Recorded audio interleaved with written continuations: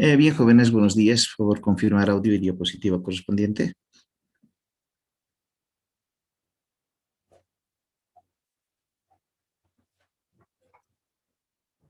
Buenos días, doctor. Se ve y se escucha bien. Bien, gracias. Por si algún caso, algunos alumnos no han sido admitidos o eliminados del Zoom debido a que no están presentando, lo que ya habíamos mencionado con anterioridad, su identificación por lo menos en una fotografía o si no, activación de cámara. No es necesario activar su cámara, les he dicho, pero sí por lo menos deberían tener la delicadeza de presentar su fotografía y no sus alias en algunos casos. Entonces, aquellos alumnos que tenían ese problema, pues inmediatamente han sido eliminados, como se ya dijo con anterioridad. Bien. Por favor, alguien que tenga la amabilidad de hacerme recuerdo dónde habíamos quedado en la anterior clase. Doctor, buenos días. Habíamos concluido lo que es la parte del músculo liso y nos había dejado unas preguntas. Muy bien, ¿cuáles eran esas preguntas, por favor? ¿Cómo ok, ¿cómo actúan la adrenalina, noradrenalina, acetilcolina, angiotensina 2, vasopresina, endotelina y adenosina a nivel del músculo liso? Ya, muy bien. A ver, alguien rapidito y cortito, por favor, en cada una de ellas. A ver, Mauricio, por favor. Buenos días, doctor. En cuanto hablando de la angiotensina 2, esta causa que las arterias y venas se contraigan aumentando la presión arterial. Cuando la presión arterial disminuye, los riñones liberan la enzima renina. El Ya, un torrente ratito. sanguíneo. Perdón que te corte. Mm, Eso nosotros lo vamos a ver en regulación de la presión arterial. Solamente, Mauricio, gracias. O sea, la angiotensina 2 es vasoconstrictora, ¿sí? ¿Vale? Eso, solamente iremos determinando qué función cumplen cada una de ellas dentro del músculo liso. ¿De acuerdo, Mauricio? Después, más adelante, vamos a ir viendo el sistema renina, angiotensina, aldosterona de manera explicativa con mi persona en la regulación de la presión arterial. ¿Sí, Mauricio? Gracias. Bueno, Eh, doctor. ¿Algo más, Alexander, aparte de la angiotensina 2? Sí, doctor. La acetilcolina produce generalmente contracción y también puede producir relajación de acuerdo al tipo de receptor. La endotelina y la vasopresina, doctor, que son excelentes vasoconstrictores, sobre todo en la adenosina y con el óxido nítrico, que son excelentes de relajación en el músculo liso.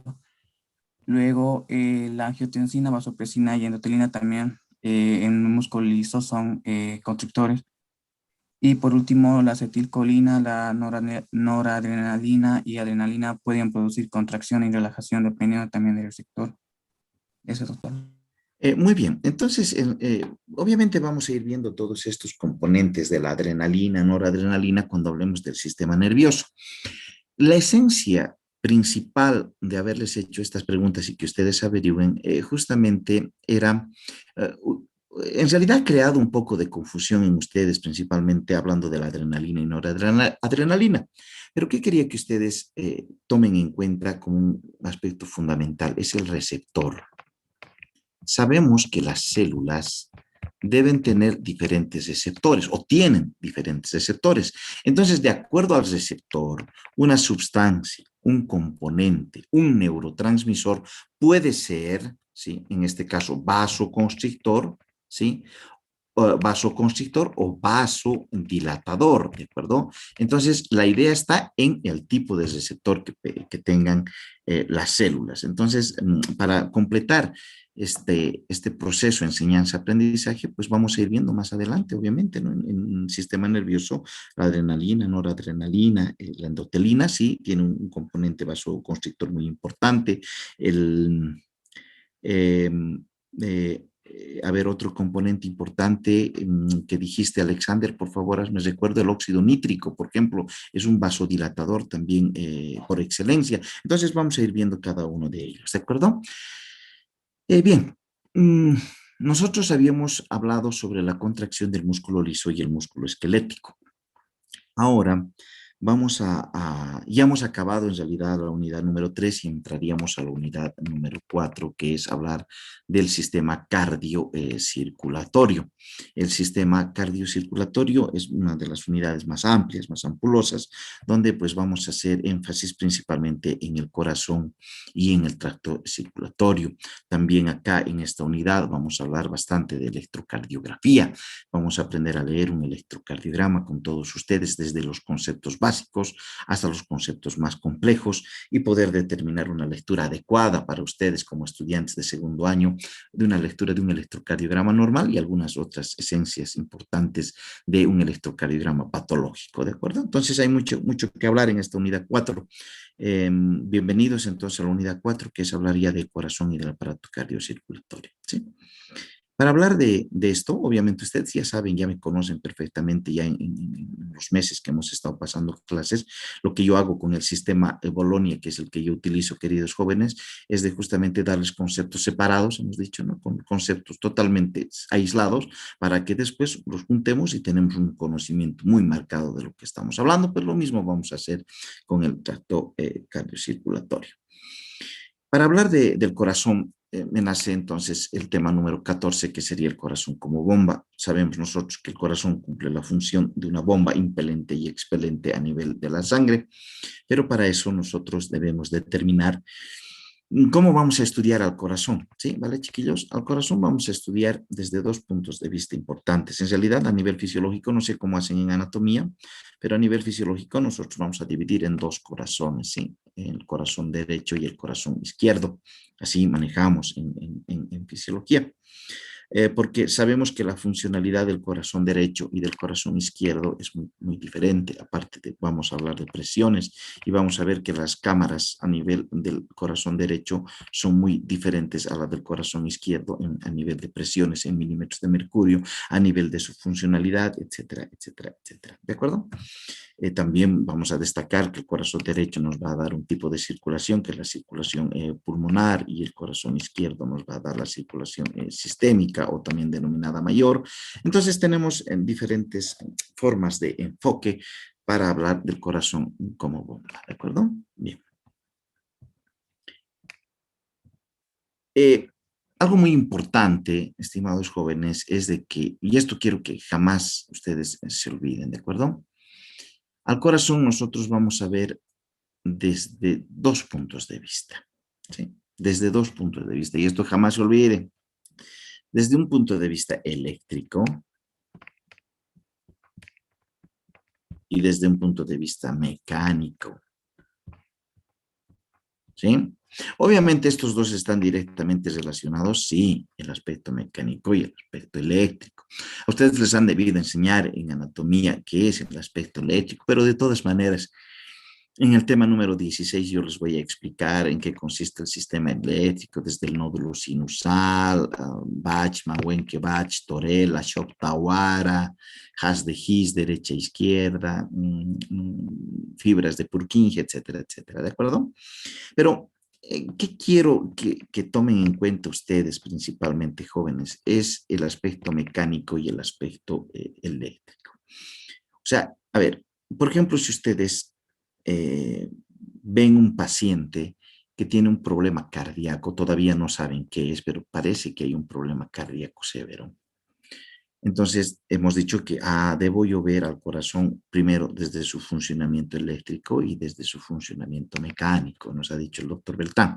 Entonces, ¿qué exámenes complementarios ustedes solicitarían para ver justamente el aspecto mecánico y el aspecto eléctrico de mi corazón? Porque hemos dicho que no solamente tenemos que ver el eléctrico, sino el mecánico también es importante. Entonces, ¿qué exámenes pediríamos? A ver, ¿qué opinan?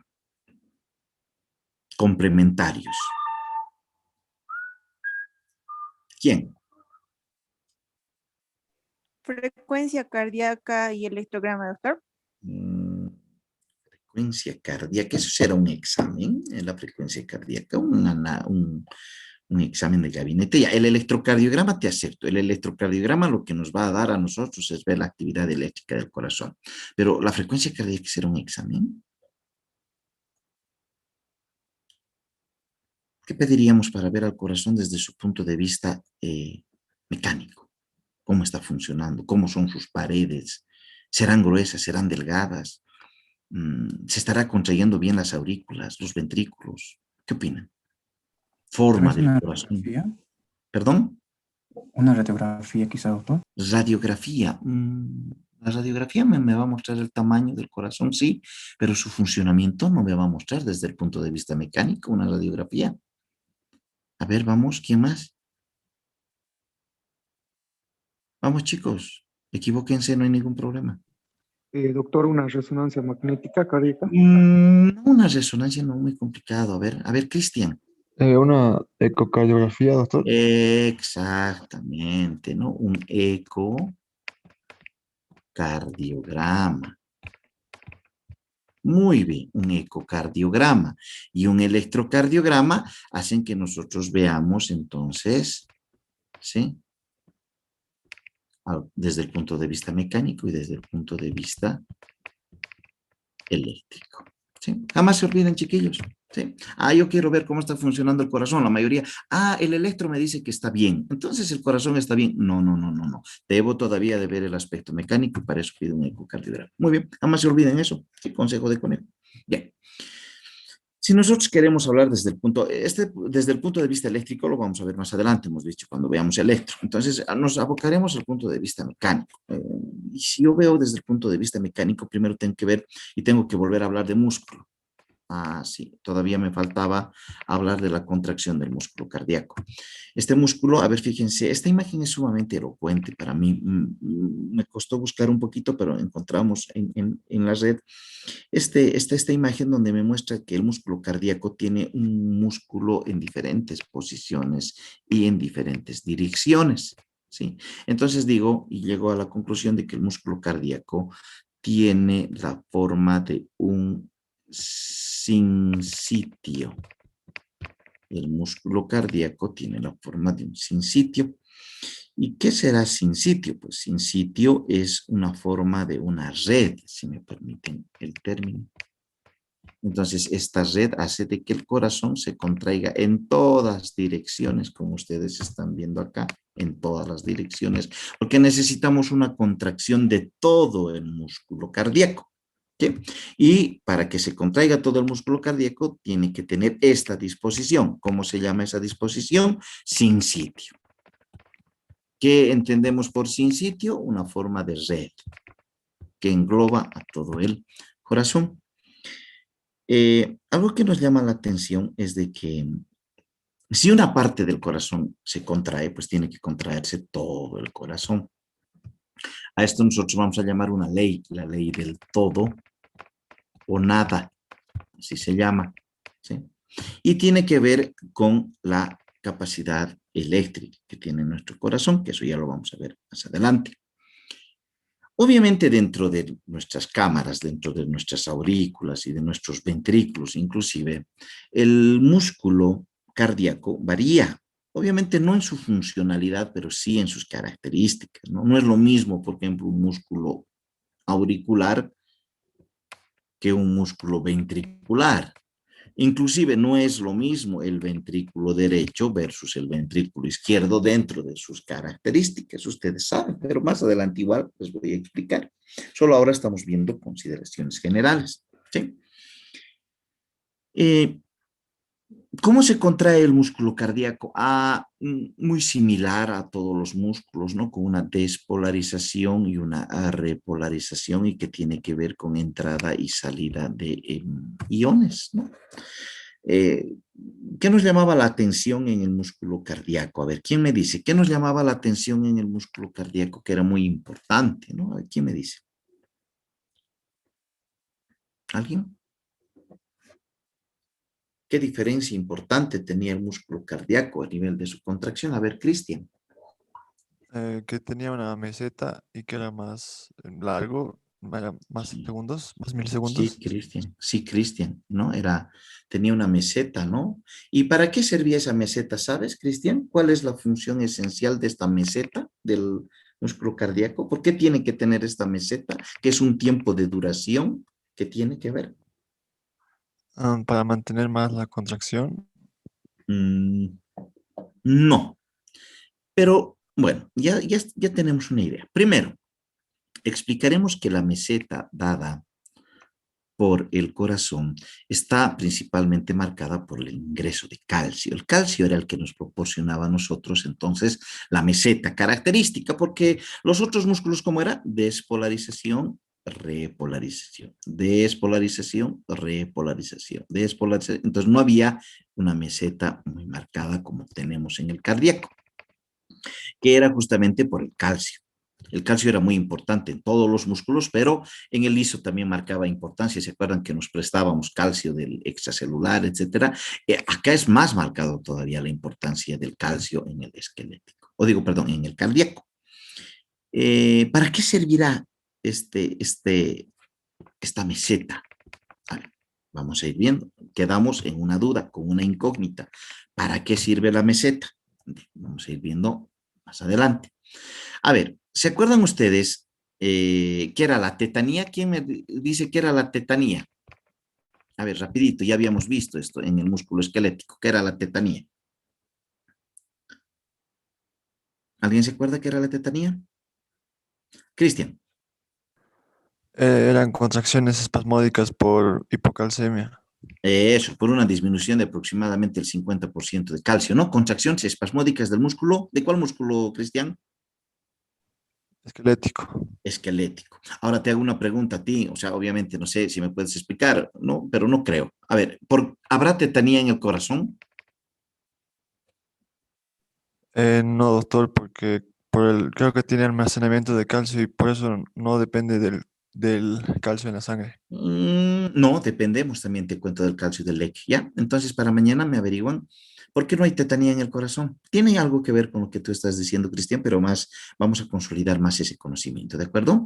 Imagínense si habría una deficiencia del 50% de calcio y este calcio exista tetanía en el corazón va a entrar en una contracción espasmódica y si entraría en contracción espasmódica el corazón, pues chao, ¿no? Ya estaríamos hablando de una muerte súbita y eso no ocurre. Entonces, para mañana, ¿por qué no existe tetanía a nivel del corazón? Igual que el músculo esquelético. Bien.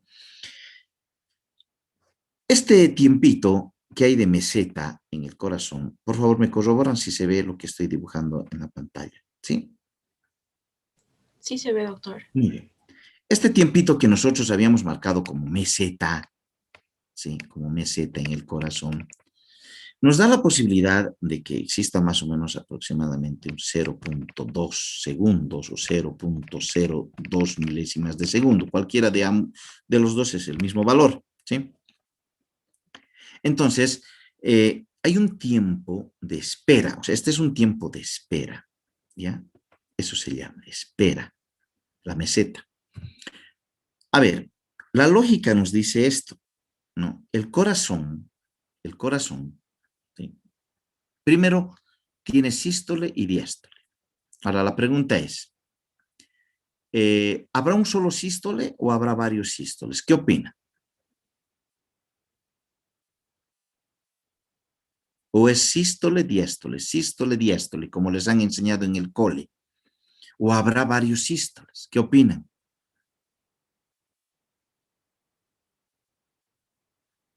Bien, vamos a dejar entonces eso en la subsiguiente diapositiva, la explicación. A ver, este es el mecanismo contráctil.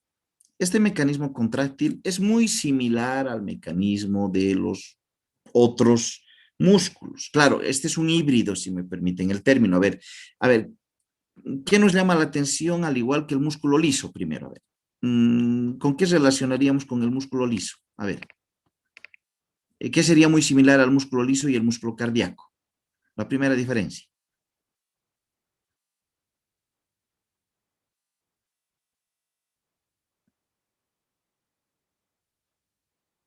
Muy similar el cardíaco al liso. A ver, ¿en qué? ¿En qué son similares el cardíaco al liso? Cristian. Porque ambos son por el calcio, Claro, dependiendo del dentro del calcio.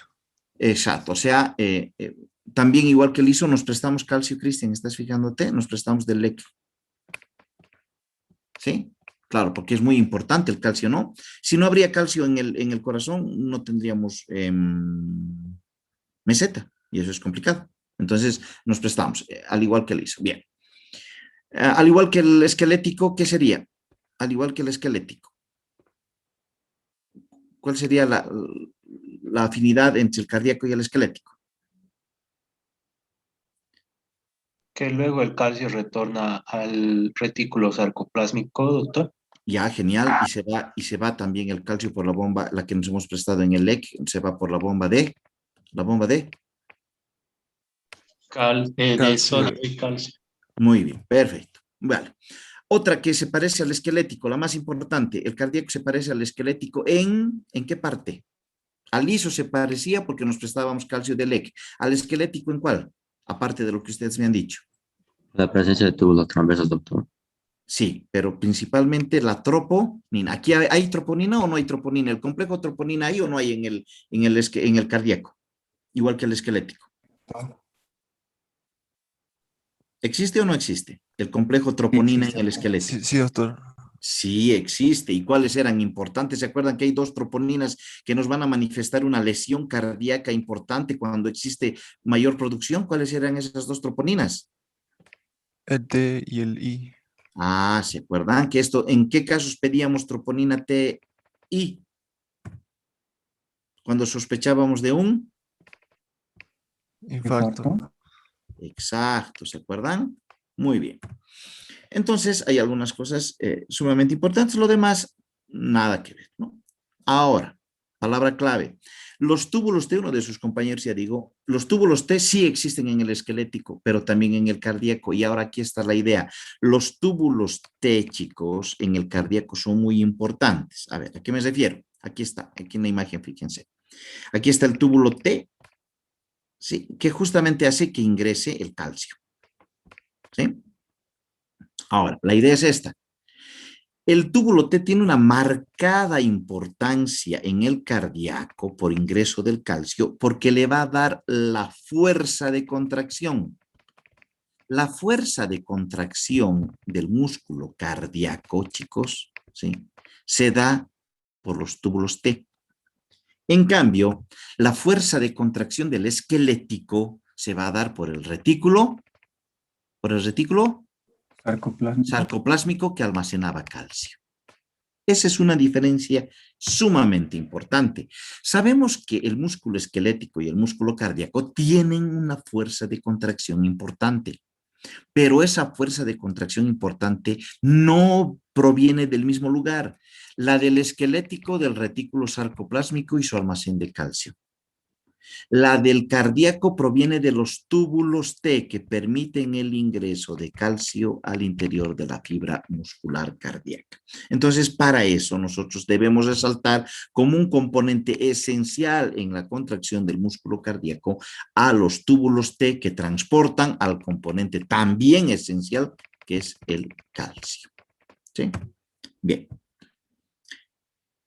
Entonces, yo les decía, al corazón hay que ver desde el punto de vista mecánico, o sea, ver sus paredes, cómo está la contracción auricular, cómo está la ventricular, y también podemos ver desde el punto de vista eléctrico cómo está su transmisión eléctrica. ¿Sí? Bien.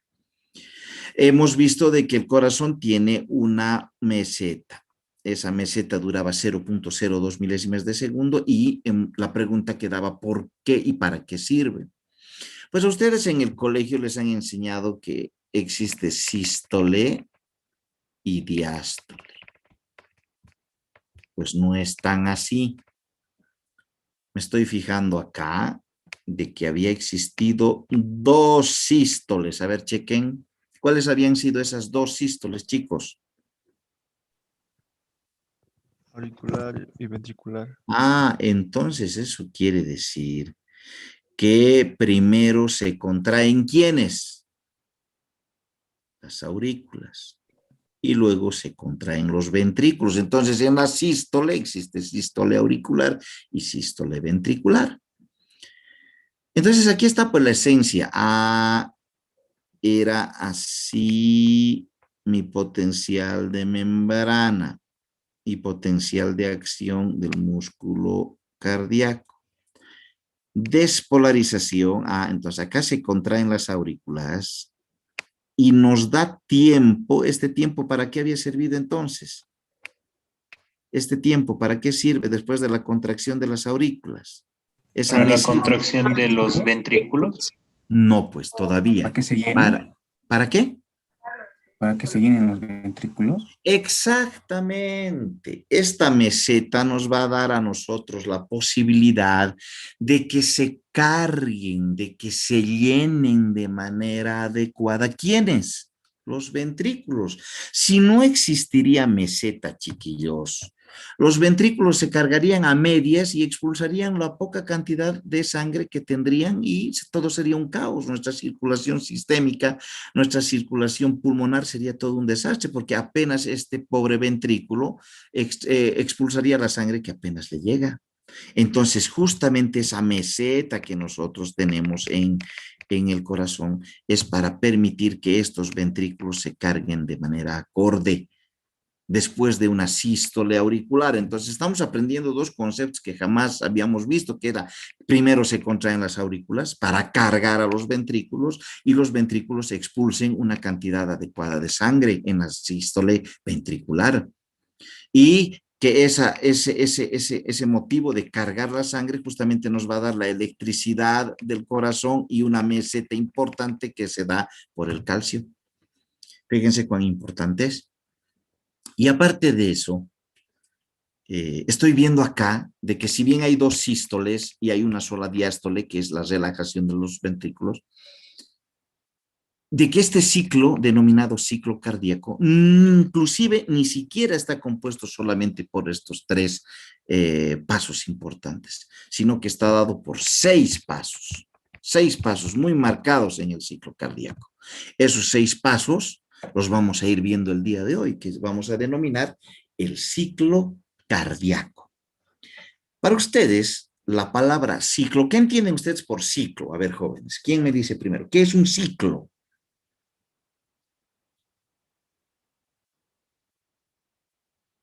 ¿Qué es un ciclo, jóvenes? Quizás un periodo de ida y vuelta.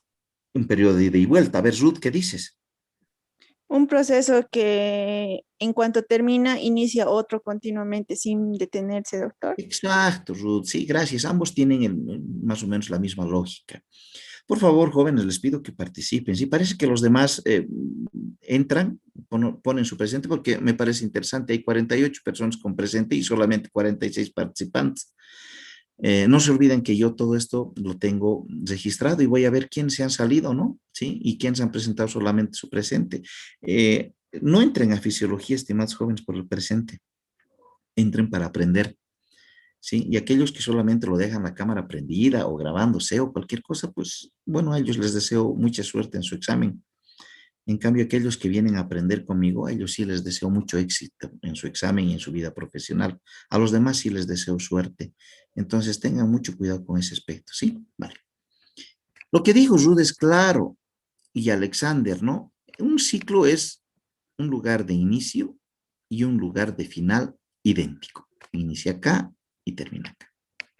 Pero un ciclo podemos empezar por cualquier parte. Podemos empezar por acá, podemos empezar por acá, o sea, por donde sea, porque va a llegar al mismo lugar. ¿Sí? Entonces, en el ciclo cardíaco, yo les voy a enseñar qué pasos existen en el ciclo cardíaco. No había sido tan fácil como en el cole, ¿no? Sístole, diástole. No, no es tan fácil. Ya hemos visto que existen dos sístoles. Y ya vamos a ver de que existen otros pasos más, otras etapas más en el ciclo cardíaco. Entonces, por razones didácticas, desde la siguiente diapositiva empezamos con el ciclo cardíaco, pero yo voy a empezar por el final. ¿Sí? Todavía no tomen en cuenta a esto que dice las aurículas son bombas de cebado, como parte del ciclo. Yo les voy a decir cuándo. En realidad va a ser al final, que las bombas son cebado. Pero ustedes saben que yo siempre busco lo mejor para ustedes para que me entiendan de manera adecuada. Entonces, empezaremos con este concepto que todavía no pertenece al ciclo cardíaco. Eso quiero que queden claro. Dice, las aurículas son bombas de cebado. A ver, ¿quién me dice qué quiere decir bomba de cebado? ¿Qué entienden ustedes por bomba de cebado? Hay que cebar algo, dicen, ¿no es verdad? A ver, ¿qué entienden ustedes por esa palabra? ¿Alguien que tenga conocimiento? A ver, Rosario, Neisa. Tipo cargarlo, llenarlo, ¿Ya? doctor. Amén, gracias Rosario, es cargar. Entonces, lo que nos está queriendo decir Rosario es que las aurículas son bombas cargadoras. A ver, fíjense en esta imagen, en este GIF. ¿Sí? En este GIF nos muestra que, a ver, fíjense, cuando, no vamos a ver de ambas aurículas, veamos una y el ejemplo es obviamente en ambas, ¿no? Veamos a ver el ejemplo de la aurícula derecha, ¿ya? Miren, se carga, ¿no ven? Fíjense, ahí se carga la aurícula derecha de sangre. A ver, ¿quién me dice? Cuando se carga la aurícula derecha de sangre, ¿aumentará su presión? Sí, ¿no? Cualquier cosa que cargue de líquido aumenta la presión. Entonces, por lógica, solamente por presión, miren, se abre esta puerta, miren. Fíjense a ver esta válvula, ¿qué dirección tiene? ¿Hacia abajo o hacia arriba tiene esa válvula? Que todavía no la conocemos, pero es una válvula auriculoventricular. ¿Está con dirección hacia abajo o hacia arriba? ¿Qué dicen? Hacia abajo. Muy bien. Si está con dirección hacia abajo, cuando aumenta la presión acá en esta aurícula, cuando se llena de sangre, ¿se va a abrir esta por presión? Sí, ¿no es verdad? Como están viendo en la imagen. Bien. Entonces, les cuento que por solamente presión, por gravedad, ¿sí? Se va a cargar los ventrículos del 80% de sangre. Por gravedad nada más, del 80% de sangre se carga, sin hacer nada la aurícula. Se carga del 80% de sangre a los ventrículos, solo por gravedad. Bien.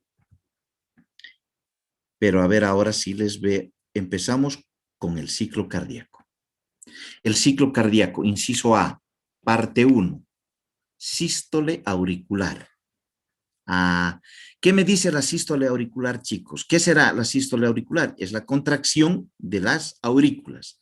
¿Para qué creen que sirve la sístole auricular? A ver, chequen en esta imagen. Primero se ha cargado el ventrículo y luego recién se contrae la auricular. ¿Vean? Ahí. Ahí. ¿Para qué servirá la sístole auricular? Para que la sangre se dirija hacia el ventrículo, doctor. Perdón, no te escucho muy bien, Rosario. Para ayudar a la presión y que la sangre se dirija al ventrículo más, doctor. Más, ya, caliente, caliente. A ver, Camila, ¿qué nos dices? Para que el restante de la sangre, doctor, el 20% que no pasó por gravedad pueda bajar al ventrículo. Claro, ¿se acuerdan ustedes que por gravedad se cargó el 80%? El 80%. Sí, porque hemos dicho que las aurículas son bombas de cebado. Muy bien. Y empezamos con el ciclo cardíaco con sístole auricular. Pues las aurículas se van a contraer. Las aurículas se van a contraer.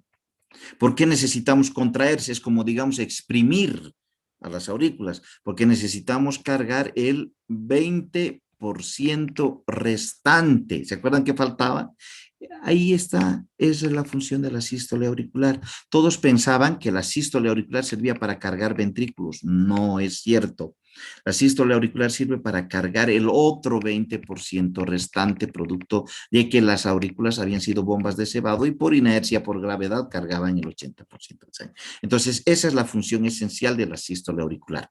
Cargar la sangre a los ventrículos del otro 20% restante que faltaban para un completo llenado de los ventrículos, ¿no? Esta fase dura, hemos dicho, 0.02 segundos, que permitían justamente ese llenado completo de los ventrículos y que nos permitían a nosotros el potencial de meseta dado a nivel cardíaco.